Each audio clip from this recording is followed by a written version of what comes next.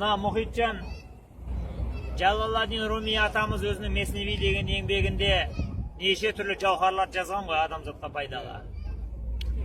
Соның ішінде мына Мұса мен қойшының кездесуі бар ғой, дүнияға тараған. Соны ең бірінші осындай өлең формасына түсіріп, әдемілеп жазып қалдырып кеткен осы Руми атамыз. Әл-Қисса дейді, Мұса пайғамбар бір күні осылай таудың ішінде келе жатса, бір қойшы, оқымаған, сауатсыз, бірақ Құдайға деген махаббаты өте күшті екен. Осылай қойын жайып қойып, таудың төбесіне шығады екен дағыны, Құдайға жалынады екен. Ей, Тәңірім, бар болсаң қайдасың, көрінсейсен, келсейсен маған қонаққа. Мен саған айран берем, мен саған мына қойдың жүнінен шәркейтік берем, шашыңды тарап берем, жағдайыңды жасап берем. Ей, Тәңірім, сағындым ғой сені, деп. Он Тәурат, жаңағы Тәуратты оқып жүрген Мұса ананы көрді да, уах, деп тізесін бірақ ұрды дейді. Ей, бауырым, тәуба қыл, күнәға белшеден баттың деп айтты. Ана енді бейшара, ойбай, не ол? Мен пайғамбармын Мұса деген. Мен уақи алам, мен Құдаймен тілдесем. Мынау күнә сенің, Құдайға адами сифат беруге болмайды. Құдай тамақ ішпейді, Құдайдың шашы болмайды, Құдайда аяқ болмайды, Құдайдан қол болмайды. Не масқара мынау? Құрттың ғой сен дінді.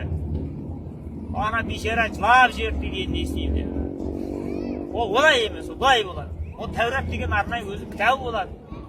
Содан оқу керек.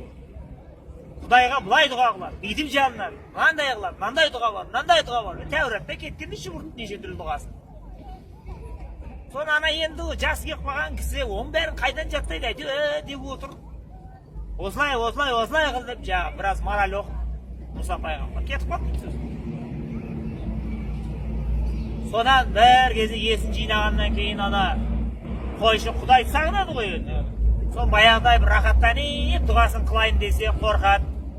Сол Мұсаның дұғасын айтайын десе ұмытып қалған. Содан күнә жасап қоятын болдым деп бейшара екі бетін басып алып, аңырап жылап жатыр дейді бейшара. Соны Мұса бір жерге барып қалғанда Құдайдан әуез келді дейді. Ей Мұса, сен маған осы доссың ба, жоқ қассың ба? Ойбай, мен сенің досыңмын.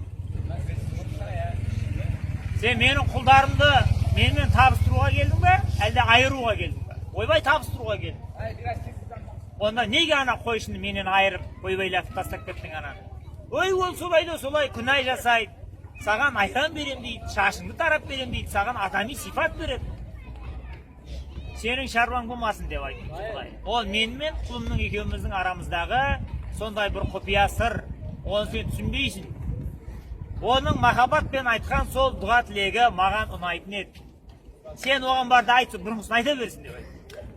Содан Мұса дереу кері қарай қайтты дейді. Кесе ана қойшы көзі білеудей өксіп кеткен жатыр, мал былай жайылып жатыр. Ей қойшы, басыңды көтер жерден, сүйінші Құдайдан саған хабар келді. Сен бұрынғы дұғаңды айта бер, Құдайға сол ұнайды екен, сол жағады екен деп айтты. Содан Құдай жағы қойшы бейшараның қуаныштан жүрегі жарылып кетті дейді. Сол бұрынғы дұғасын айтып, Құдайға ғашық болып кеткен екен дейді. Міне сондай әңгімелер. Осыны Жалалладдин Руми деген атамыз Месневи деген кітабына осыны жазып қалдырған. Енді аңыздың анық қанығын бір Құдай біледі. Бұрынғылардан жеткен әңгіме. Сөйдейді, кейінгі ұрпақ бізге алдыңғы ағалар өнегелі әңгіме айтып қалдырмады деп ренжімесін деп аз кем әңгіме шығарып отырмыз.